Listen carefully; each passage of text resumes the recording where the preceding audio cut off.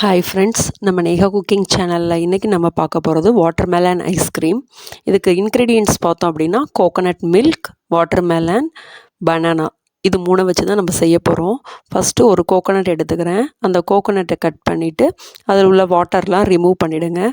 பாருங்கள், இந்த கோகோனட்டை நல்லா நைஸாக துருவி வச்சுருங்க. துருவி வச்சு இதுலேருந்து நான் பால் எடுக்க போகிறேன். பால் எடுத்து திக்கான பாலாக எடுத்துக்கணும். தண்ணி ஊற்றி திரும்ப நீங்கள் அதுலேருந்து பால் புழியாதீங்க. ஃபஸ்ட் டைம் எடுக்கிறத மட்டும் யூஸ் பண்ணுங்கள். பாருங்கள் எவ்வளோ திக்காக இருக்குன்னு. இது மாதிரி பால் எடுத்துகிட்டு அதை நான் யூஸ் பண்ண போகிறேன். இப்போ ஒரு வாட்டர்மெலனை எடுத்து அதை நல்லா வாஷ் பண்ணிவிட்டு கட் பண்ண போகிறோம். இப்போ பார்த்திங்கன்னா வாட்டர்மெலன் இந்த சீசனில் நமக்கு ரொம்ப சீப்பாக கிடைக்கும். இதில் வந்து நிறைய வாட்டர் கண்டென்ட் இருக்கிறதுனால சம்மருக்கு ரொம்ப நல்லது. அது மட்டும் இல்லாமல் இந்த வாட்டர்மெலனில் vitamin A, C, B1 and B6 இது மாதிரி விட்டமின்ஸ்லாம் இருக்குது. இது கூடவே பொட்டாசியம், மெக்னீஷியம் இருக்குது. இதில் பார்த்தோம் அப்படின்னா நம்மளோட கெட்ட கொலஸ்ட்ரால் எல்லாத்தையும் இது எடுத்துரும். இப்போ பார்த்திங்கன்னா இதை நான் வந்து பீஸாக கட் பண்ணி சின்ன சின்ன துண்டாக எடுக்க போகிறேன். அதில் உள்ள சீட்ஸை எடுத்துருங்க. சீட் போட்டு அடித்தாலும் நல்லாயிருக்கும்.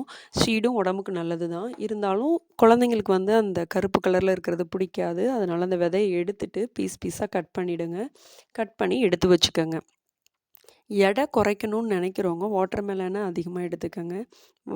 ஏன்னா இதில் வாட்டர் அதிகமாக இருக்கிறதுனால இது வந்து உடம்பை ரெடியூஸ் பண்ணுறதுக்கு ரொம்ப யூஸ்ஃபுல்லாக இருக்குது. குழந்தைங்க நீங்கள் இது மாதிரி ஐஸ்கிரீம் செஞ்சு கொடுக்கும்போது விரும்பி சாப்பிடுவாங்க. நம்ம வந்து கெமிக்கல் எதுவும் கலக்காதனால பயப்படாமல் குழந்தைங்களுக்கு கொடுக்கலாம்.